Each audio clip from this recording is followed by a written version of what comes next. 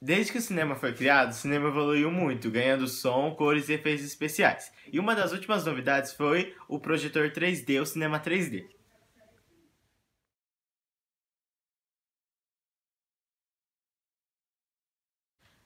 Para começarmos, devemos entender que o olho humano funciona de forma binocular. Isso contribui para o efeito natural chamado estenotipia, que é a projeção da mesma imagem da cena, projetando duas imagens iguais em pontos diferentes, como por exemplo.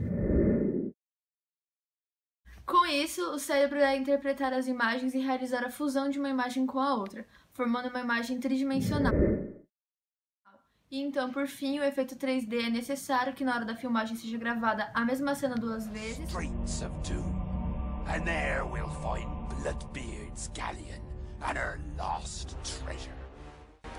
Ou seja, não é todo filme que é preparado para o 3D, que exige uma certa técnica.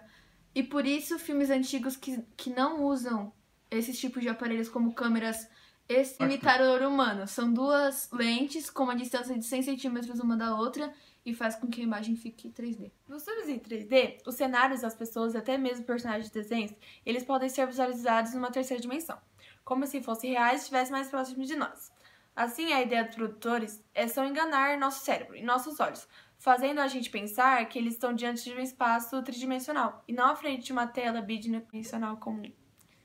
Para a gente entender o funcionamento dos cinemas 3D, é fundamental que a gente lembre do que eu anteriormente, que nossos olhos são binocular, de modo que cada olho enxerga uma imagem diferente.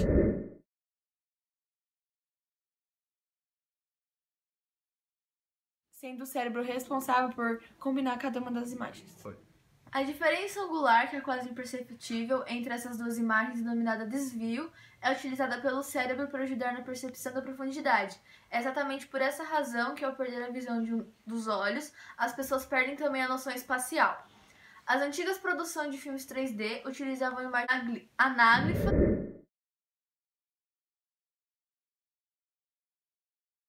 para aproveitarem a visão binocular e o desvio. Essas imagens incluem duas camadas de uma cor numa única tira do filme produzida por um projetor, sendo uma das camadas vermelhas e a outra azul, ou verde. Assim como quando desejávamos assistir esses filmes, fazia-se necessário utilizar um óculos 3D com uma lente vermelha e a outra azul. E as lentes obrigavam, entre aspas, um olho a enxergar a seção vermelha da imagem e a outra a seção azul, ou verde.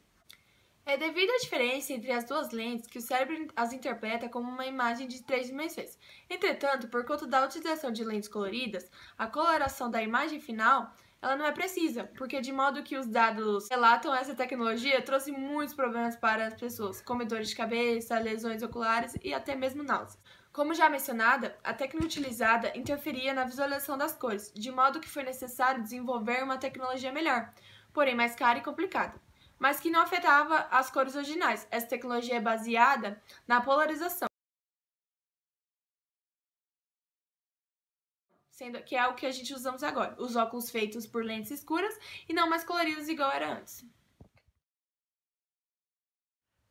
Agora eu vou falar um pouco sobre o funcionamento dos cinemas 3D hoje em dia.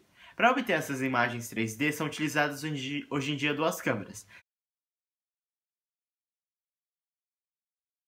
sendo que cada câmera é feita para ser capturada no olho direito ou esquerdo. Por serem utilizados dois tipos de câmera, o filme é equivalente ao dobro de quadros utilizados em filmes convencionais, que não são 3D e que não usam dessa tecnologia que é a Palme que a Carol falou, sendo 24 deles observados pelo olho direito, ou seja, esse 48 é dividido em dois. Agora eu vou falar um pouco sobre o retroprojetor. A luz do retroprojetor ela chega à tela em espiral e os quadros vão se alterando aos poucos, já que parte deles giram para um lado e parte deles gira para o lado oposto. Além do mais, a tela ela é refletida, o que torna possível para a luz passar a ideia de que não se trata de uma tela normal. Os óculos possuem uns filtros chamados filtros de polaridade, que eles permitem que cada olho receba um quadro diferente, como se cada pessoa enxergasse a mesma coisa através de dois diferentes focos, melhorando assim a perspectiva de visão. A distância entre os dois olhos nos faz ver a mesma coisa sobre ângulos diferentes. Assim, é baseado nessas imagens que eu falei, que são vistas por cada olho, que o cérebro age como se nos enganasse, e de uma forma de uma forma que, a partir dessas duas, formasse uma terceira imagem, que dá origem à nossa impressão de profundidade à cena, que é o 3D.